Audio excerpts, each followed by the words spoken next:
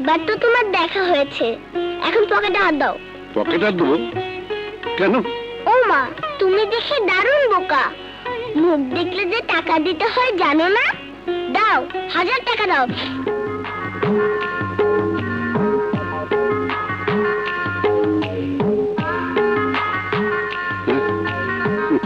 কি হলো, বের করো।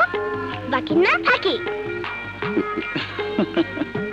নাও, এই সব টাকা তোমার। তুমি তো খুব ভালো। আচ্ছা, তোমাকে আমি কি বলে ডাকবো?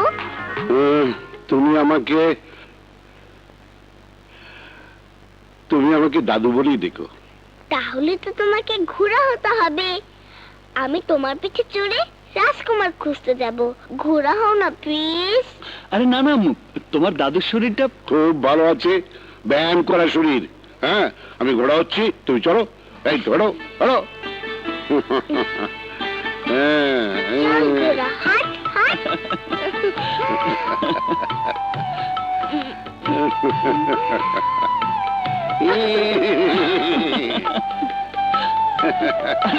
চল চল ঘোড়া।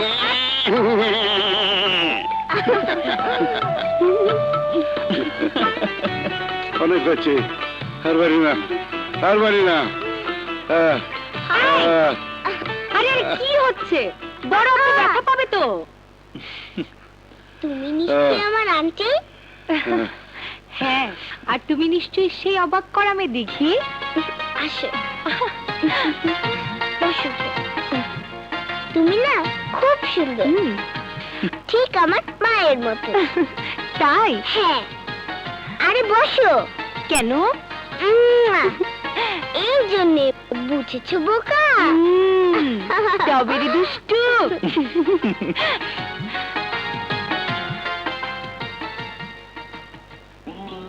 ভাইজান, বিকেল হয়ে গেল, এখনো তো দিঘিকে ফিরিয়ে দিয়ে গেল না। ওর মনে অন্য কোনো উদ্দেশ্য নেই তো? মুখ দেখে তো তা মনে হয়নি। আসলে দিঘি তোর বাবার আদর পায়নি, তাই হয়তো ওর সাথে বাবা আর মেয়ের মতো একটা বন্ধুত্ব হয়ে গেছে। তবু আমার মন যেন কেমন করছে। আমি একটু দেখে আসি। আচ্ছা, কোন জায়গার কথা যেন বলেছিল? শিশির খামার বাড়ি। অনেক দেরি হয়ে গেছে, তোমার মা দুশ্চিন্তা করবে, কাল কিন্তু আবার আসবে। আচ্ছা। ছোট সাহেব, বড় সাহেব আপনাকে ডেকেছেন। তুমি একটু দাঁড়াও মামনি, আমি এক্ষুনি আসছি। হ্যাঁ, ঠিক আছে। দেখি বাবা। মা, তুমি এসেছো? আমি এক্ষুনি যাচ্ছিলাম। বাবা আঙ্কেল একটু ভিতরে গেছে। তুমি দাঁড়াও, আমি ডেকে আনছি।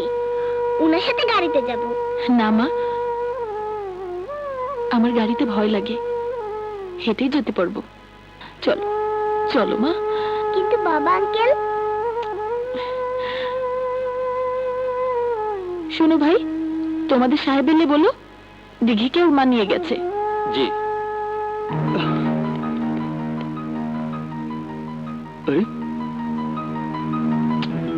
দিঘি কোথায় গেল? দারোয়ান। জি সুর সাহেব। এদিকে এসো। দিঘি কোথায় গেছে? দিঘিকে তার মা এসে নিয়ে গেছে, বলেছে আপনাকে বলতে।